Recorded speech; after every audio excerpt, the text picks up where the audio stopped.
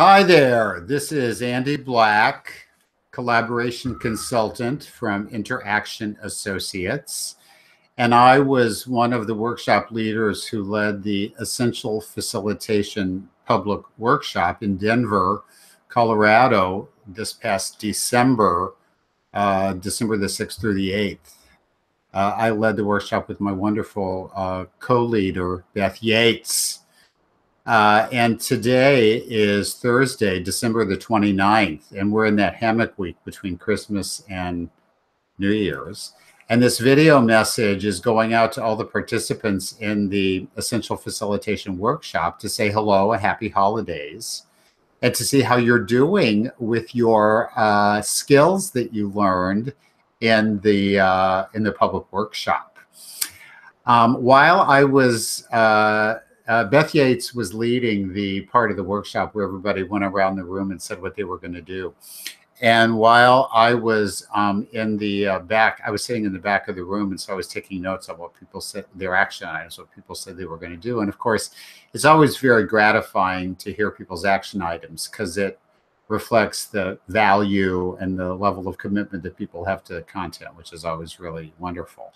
And it's a way for the workshop leaders to find out what was landing for people and what concepts were the most meaningful. So that was a really wonderful experience. I really enjoyed hearing those comments. And I made some notes. And so I didn't write down who said what. So I'm not able to go to that level of detail, but I want to encourage everyone to continue with your action plans. And I'm hoping that as I review a couple of these off my list that I made, my notes that I took, that they'll trigger something in all of you. Now, one thing that I noticed in the while I was sitting in the back of the room is the consensus really appeared to be an important concept for people. And the first note that I have here is that somebody was going to go back and discuss consensus with their colleagues. So I hope you did that, because having a common understanding of how consensus works can be a really important tool for building agreement. People talked about wanting to practice the tools. Somebody said they wanted to practice open, narrow, close. Somebody else wanted to practice in over three. So I hope you're using those tactical tools that we provided and finding them helpful.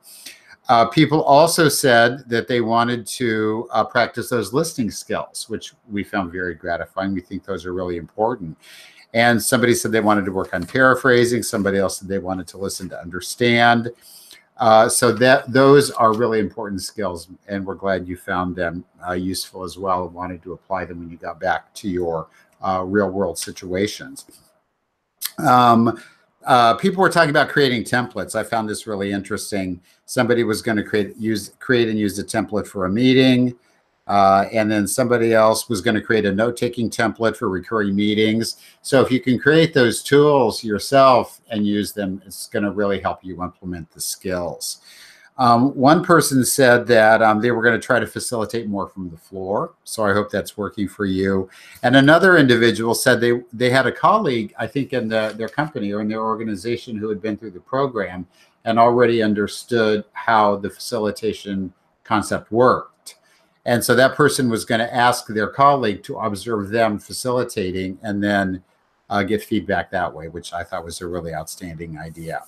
So I'm hoping that you're all using these tools and skills. One other thing that I want to say, I'm going to do a quick shout out to Kaylee Ham.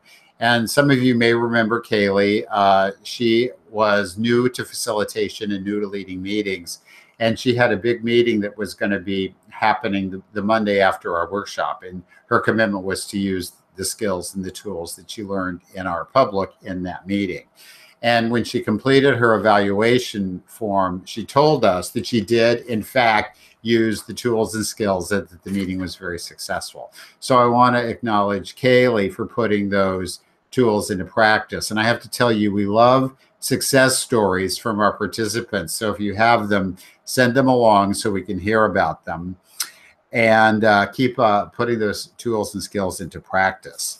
We've gotten probably about 6 or 8 evaluations back, which means several of you have not completed your evaluation. And we really do read those.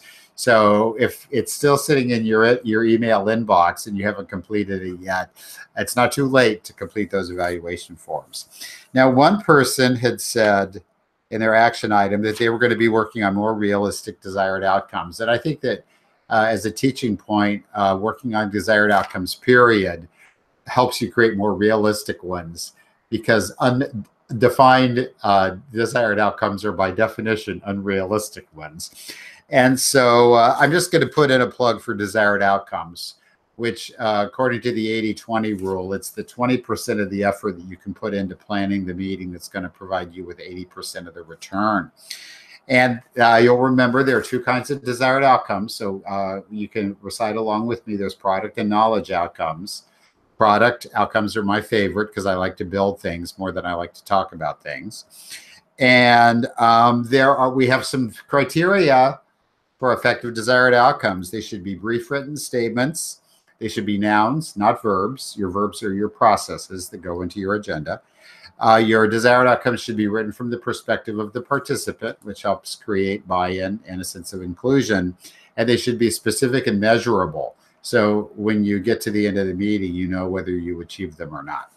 So I'm going to hope that everybody's New Year's resolution for 2018 is to keep using those desired outcome statements if you've been using them, and to start using them if you haven't.